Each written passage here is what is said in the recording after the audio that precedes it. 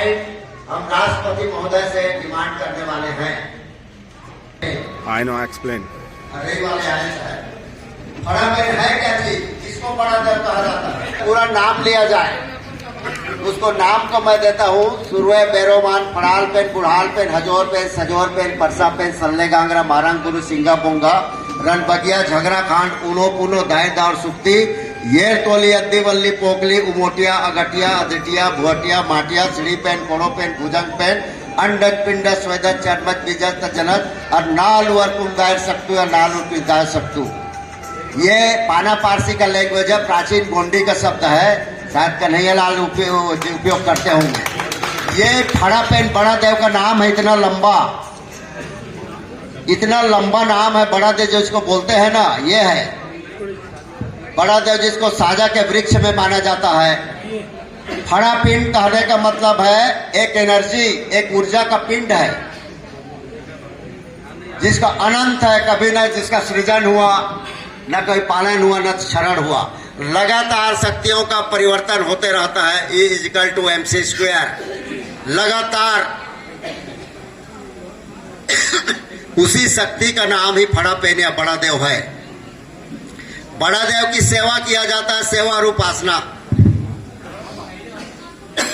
5 प्रकार की शक्तियों में जिसका वास होता है, ये तोली अद्दी वल्ली पोकली गोंडी में बोलते हैं, और क्षिति जल पावक गगन समीरा, ये हमारे संस्कृत का शब्द है 5 शब्दों में।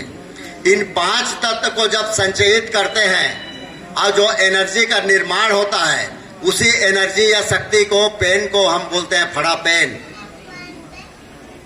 जैसे आइंस्टीन का ऊर्जा का सिद्धांत है कि ऊर्जा कभी खत्म नहीं होता, एनर्जी खत्म नहीं होता, अपना रूप बदलता है। जस्ट लाइक बोलेंगे तो रॉ केमिकल एनर्जी, पहले रॉ केमिकल एनर्जी, उसके बाद होता है हीट एनर्जी, हीट एनर्जी के बाद काइनेटिक एनर्जी, काइनेटिक एनर्जी के बाद मैकेनिकल एनर्जी, मैकेनिकल एनर्जी के बाद इलेक्ट्रिकल एनर्जी, और इलेक्ट्रिकल एनर्जी अगर प्राप्त कर लेते हैं तो सारे एनर्जी को रिसाइकल आप कर सकते हैं। इसी एनर्जी का जब रूप बदलते रहता है, कभी स्थूल रूप में, कभी सूक्ष्म रूप में, तो उसको परसा पेन की शक्ति कहा जाता है। समझ रहे हैं ना? ये गोंडियन फिलॉसफी, अध्यात्म दर्शन, रिचुअल, स्पिरिचुअल है, समझिए। इसको बड़े ध्यान से समझने की जरूरत होता है। BHU में अभी मेरा हुआ था, BHU में लेक्चर हुआ था, शांति निकेतन में भी हुआ था, और बेलूर मठ में मैं एप्लीकेशन डाल के रखा हूँ, वहां भी हो सकता है अभी हमारा लेक्चर हो। मैं श्रीलंका, थाईलैंड, बर्मा, भूटान, श्रीलंका के इसमें कोलंबो में हमारा स्पीच हुआ, वहां के भलते लोगों के साथ हमने गोंडियन कस्टमरी लॉ और जितने भी रिचुअल स्पिरिचुअल की बात वहां पर की। उन्होंने माना कि संसार में अगर कहीं से कोई रिचुअल स्पिरिचुअल पैदा हुआ है तो गोंडियन या ट्राइबल के द्वारा ही पैदा किया गया है, ये उनकी मान्यता है। तो ध्रुवे जी फड़ा पेन महाशक्ति जिसको कहते हैं, उसकी सेवा किया जाता है और सेवा लिया जाता है। उसमें कोई मुजबन सेवन बगन नहीं किया जाता। सेवा कैसे करते हैं फड़ा पेन का? फड़ा पेन 5 प्रकार की शक्तियों का समुच्चय है। हवा है, पानी है, अग्नि है, मिट्टी है, आसमान है, समझिए। अब मैं अपने जीवन के रूप में इन श्वासन का अंतर्गमन करता हूँ, बाह्यगमन करते रहता हूँ। अग्नि के रूप में मेरे अंदर एक जठराग्नि दौड़ रही है, और जल के रूप में मेरे अंदर एक रक्त का प्रवाह हो रहा है। इन शक्तियों के द्वारा, जब प्राकृतिक शक्तियों को अपने जीवन जीने के लिए मैं जब उपयोग करता हूं, तो फड़ा पेन की सेवा लेना बोलते हैं। और जब इन्हीं शक्तियों को, जब पानी को, अग्नि को, हवा को जब मैं बचाने लगता हूं, सेव करने लगता हूं, तो इसी को फड़ा पेन का सेवा करना बोलते हैं। तो फड़ा पेन के साथ मेरा सेवा का संबंध है, उसकी सेवा करता हूं मैं और सेवा लेता हूं मैं। जस्ट लाइक मैं ऑक्सीजन ले रहा हूं, कहां से आ रहा है? पेड़ पौधों से आ रहा है। तो पेड़ पौधों को एक धराड़ी, एक फड़ा पेन का रूप माना जा सकता है। और मैं जो छोड़ रहा हूं कार्बन डाइऑक्साइड, कोई पेड़ ले रहा है, तो पेड़ ही एक प्राकृतिक चीज है, धरा की शक्ति है। वो पेड़ हमसे लाखों साल पहले आई है, तो इसलिए मैं बोलता हूँ प्रकृति से या फड़ा पेन से हमारे सेवा का संबंध है। सेवा करके मैं भी वो ऑक्सीजन ले रहा हूँ और कार्बन डाइऑक्साइड छोड़ रहा हूँ। इस सिद्धांत के तहत प्रकृति के साथ मेरा सेवा का संबंध है। ये आपके फड़ा पेन का है, ठीक है ना, जो एक साजा के पेड़ में वास नहीं करती, साजा के पेड़ में वास नहीं करती, अनंत जीवन का नाम है फड़ा पेन। जब धरती पे कुछ भी नहीं था, न सूरज नहीं थे, चंद्रमा नहीं थे, तारे नहीं थे, ग्रह नक्षत्र, पानी अग्नि कुछ भी नहीं था, तब भी फड़ा पेन की शक्ति थी। उसी इनिशियल शक्ति की सेवा उपासना गोंडवाना के प्रधान और गोंड करते आ रहे हैं। ये सबसे बड़ी बात है। उस शक्ति को बोलते हैं साई लांगरा की शक्ति। साई लांगरा एक जीवन नहीं है, लेकिन आगे चल के जीवन को बनाता है। संसार में पहले जल ही जल प्लावन था, फिर अंड का निर्माण हुआ जिसको सल्ला शक्ति कहा जाता है, बाद में कांगड़ा शक्ति का निर्माण हुआ, अब इन्हीं दोनों का पानी के अंदर मिलन हुआ, बाद में यही हमारे शरीर के अंदर आ गया है, जिसको स्पर्म और क्या बोलते हैं, अंड बोलते हैं ना। यही परम सत्य प्राकृतिक रूप से पैदा हुआ है, माता और पिता के संयोजन से ही, और दोनों के अंदर एक शक्ति है जिसको स्पर्म और अंड बोलते हैं। यही मिलता है तब नए जीवों का सृजन होता है। ये परम सत्य है और आपकी सत्यता ही विज्ञान का भी सत्य है और मेडिकल भी साबित करता है कि ये जो मान्यता है, गोंडियन मान्यता, जो फड़ा पेन की मान्यता है, बड़ा देव की मान्यता, वास्तव में विज्ञान सम्मत है, प्रकृति सम्मत है। इसीलिए हमको स्टडी करना चाहिए, अपने चीजों के बारे में गर्व होना चाहिए, और प्रधान लोग को तो विशेष गर्व होना चाहिए कि इसी का जो आदि पुरख है, धरती का प्रथम गुरु बना है, जिसको हिरासुका मुठुआ कहा जाता है। धरती का अगर प्रथम गुरु बोला जाए तो हमारे पुरखों हैं। धरती में गोटुल पहले हमने बनाया, धरती में पहले साहित्य की रचना हमने की, इसलिए पाटालिर कहा जाता है, पाटा मतलब साहित्य कहा जाता है। धरती में पहला अगर संगीत का निर्माण किया है तो प्रधानों की देन है, ये प्रधानों की देन है, इसलिए संगीतकार के रूप में अभी भी जाने जाते हैं।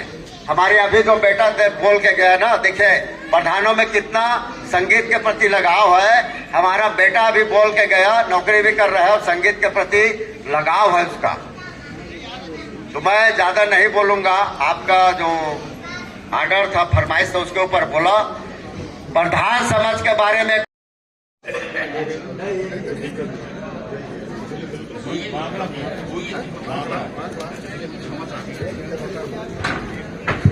हेलो, सभी को सेवा जोहार।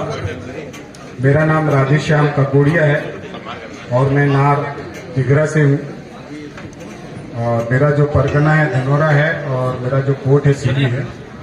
सबसे पहले तो श्रीमान राधेश्याम काकोड़िया जी का इस संगठन की ओर से, इस पूरे समाज की ओर से बहुत बहुत अभिनंदन है, स्वागत है, बहुत बहुत अभिनंदन। अब आप मुझे जो है पूरे मध्य प्रदेश और पूरे भारत में क्रांतिकारी के नाम से जानते हैं, और हमारे प्रधान समाज जो कहीं खो गया था, जिसे पनार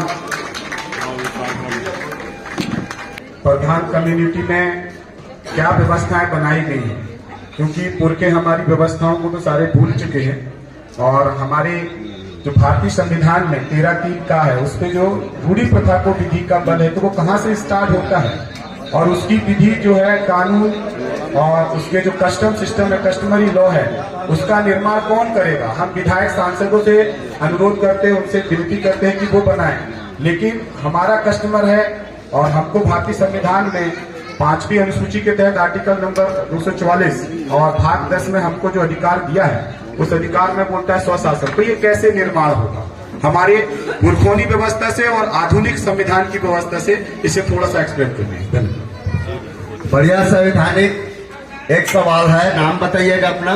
राधेश्याम काकोड़िया। तो कहाँ से हैं? जिला सिवनी से राधेश्याम काकोड़िया जी हैं। बताइए, बढ़िया अच्छा सवाल। ऊपर उनका सवाल है पेशा, प्रिवेंशन एक्सटेंशन शेड्यूल एरिया, उनके ऊपर सवाल है। इनका कहना है कि इनका इम्प्लीमेंट कैसे किया जाता है, प्रैक्टिकल आमा जामा कैसे पहनाया जाता है। तो देखिए आर्टिकल 13(3) का इसमें सिर्फ एक लाइन में लिखा हुआ है कि भारत के देश में कोई अध्यादेश, कानून, आदेश, फलाना ठिकाना, रूढ़ी प्रथा को नीति का बल प्राप्त है तो अभी तक रूढ़ी प्रथा के अंतर्गत हिंदू कोड बिल भी आता था। Hello check. वॉल्यूम कम कर। मुस्लिम कोड बिल भी आता था, लेकिन अभी उत्तराखंड में यूसीसी यूनिफॉर्म सिविल कोड एक लागू किया गया है, जिसमें ट्राइबल को अलग रखा गया है, लेकिन भारत के लेवल पर यूसीसी अभी लागू नहीं किया गया है। चलिए ठीक है, हम आर्टिकल 13(3) के काम में आते हैं, जिसमें एक लाइन में लिखा है कि आर्टिकल 13(3) के तहत भारत का कोई भी रूढ़ी प्रथा को नीति या कानून का बल प्राप्त है। बस इतना लिखा है, उसमें कोई एक्सप्लेन नहीं किया गया है। अब ये क्या कहता है? इसके तहत आर्टिकल 13(3) के तहत आप जाति पंचायत का निर्माण कीजिएगा। सुन रहे हैं ना? जाति पंचायत, जिसको सगा मानदी बोलते हैं, इसका निर्माण कीजिए। जैसे सिवनी में जो संगठन है, ये भी एक जाति पंचायत है। हमारा राष्ट्रीय जो संगठन है, वो भी एक जाति पंचायत है। समझ रहे हैं ना? तो जाति पंचायत का निर्माण करके मावा नेंग मावा राज, मेरा नीति बल ही मेरा संविधान है, मेरा नीति मेरा नेंग ही मेरा सुशासन है, ये आर्टिकल 13(3) का कब बोलता है।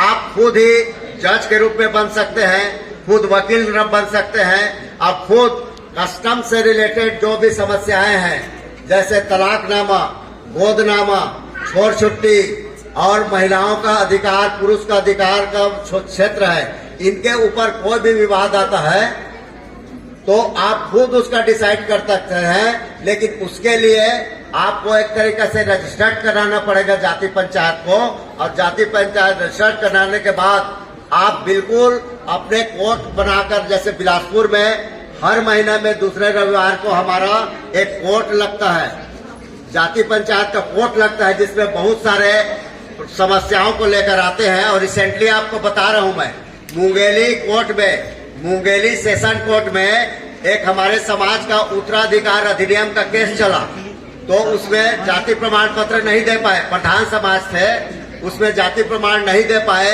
तो हिंदू कोड बिल के अंतर्गत जो 20 लाख का कंपनसेशन का रुपया बैंक में जमा था, और वो अपने भाई का नाम कर दी थी, वो जो लेडी थी वो उसके भाई को दे दिया गया। जब हमको पता चला तो हमने स्पेशल लेटर लिखा, इस लेटर मंच के नाम से मुंगेली सेशन कोर्ट को चिट्ठी लिखा कि आदिवासियों में जाति पंचायत का प्रावधान होता है, Hindu code bill maintenance act 1956, इसके तहत कोई भी जाति प्रमाण कोई भी मतलब उत्तराधिकार घोषित नहीं किया जा सकता। आदिवासियों का अपना खुद का एक नियम कानून होता है, जिसके तहत उसको उत्तराधिकार मिलता है। तो इस चीज को सेशन कोर्ट में दिए, और आपको यकीन नहीं होगा, जो 20 लाख रुपया बैंक में जमा था, जिसमें नामिनी का नाम उसके बहन जो खत्म हो गई, उसके बहन के नाम से था, उसको देने के लिए तैयार था, टोटल डिसीजन रिवर्स हो गया और हमारे पक्ष में दे दिया 20 लाख रुपया। अभी वो केस छत्तीसगढ़ हाई कोर्ट में लगा हुआ है। देखते हैं कि वो हमारा रूढ़ी प्रथा का कानून, उसका धार कितना है। जरूर पास होगा हाई कोर्ट भी। आदिवासियों के कस्टम से रिलेटेड कोई भी चीज को नहीं कर सकता, क्योंकि हम महिलाओं को पूरा अधिकार देते हैं। आदिवासी समाज में महिलाओं का पूरा अधिकार है, बल्कि कई राज्यों में महिलाएं ही पहले राजा रानी होते थे आदिवासियों में, लेकिन स्वतंत्रता के बाद जो कानून बना, तो ऐसा छीना झपटी होने लगा आदिवासियों के जमीन। उनके राजस्व नियम के अंतर्गत कोई भी आदिवासियों को जमीन नहीं, उसका संपत्ति कहाँ जाएगा? जाति पंचायत कैसे ऑपरेट करते हैं? सेशन कोर्ट में मत जाइए, अपने समाज के बीच जाइए, अपने समाज के बीच निपटाइए। हाई कोर्ट सुप्रीम कोर्ट में जाएंगे ना, तो बिल्कुल आपको कोई भी चीज आपको वहाँ नहीं मिलेगा। आपके पैसे का भी लुटेरापन हो जाएगा, सारे चीज चला जाएगा। इसीलिए आप जाति पंचायत का निर्माण कीजिए। आप भी जाति पंचायत बनाइएगा, और छोटे मोटे जो केस है ना, उसको जाति पंचायत बना के निपटाने की कोशिश कीजिएगा। आप सेशन कोर्ट में भी लिख सकते हैं चीजों को। तो ठीक है बाबा, असली है उसका इम्प्लीमेंटेशन है जाति पंचायत बनाना। तो इसी के साथ ही मैं अपने विचारों को एक शॉर्ट क्वेश्चन आपसे है। नहीं नहीं सर हम चाहेंगे कि प्लीज हमारे पास थोड़ा सा ठीक है, पर्सनली कर दूंगा। समझ आएंगे क्योंकि ऑब्जेक्शन हो रहा है, ये हमारे पास लिस्ट है जो ये जो हमारा भी संस्था है यहाँ पर आपका बहुत ही स्ट्रांग, जैसे आप बहुत ही स्टूडियस लगे, बहुत ही आपके पास इंफॉर्मेशन है और बहुत स्ट्रांग आपको मैं समझता हूँ। अपनी ये संस्था भी काफी स्ट्रांग लग रही है मुझे, मगर अनफॉर्चुनेटली जो दिल्ली में एसटी कमीशन है, जो सर्विस मैटर वगैरह वो देखते हैं, उनसे बिल्कुल नेगेटिव अप्रोच है। तो उसको थोड़ा और एक्सेलरेट करने के लिए या उनको पुश करने के लिए हम कुछ कर सकते हैं क्या? क्योंकि बहुत से ऐसे केसेस आते हैं कि उस पर बिल्कुल ध्यान नहीं दे रहा एसटी कमीशन, जबकि वो अपने लिए है, अपने मैटर सॉल्व करने के लिए है। तो आपकी संस्था, हमारी संस्था इस पर कुछ कर सकती है क्या? ये पूछ रहा हूँ।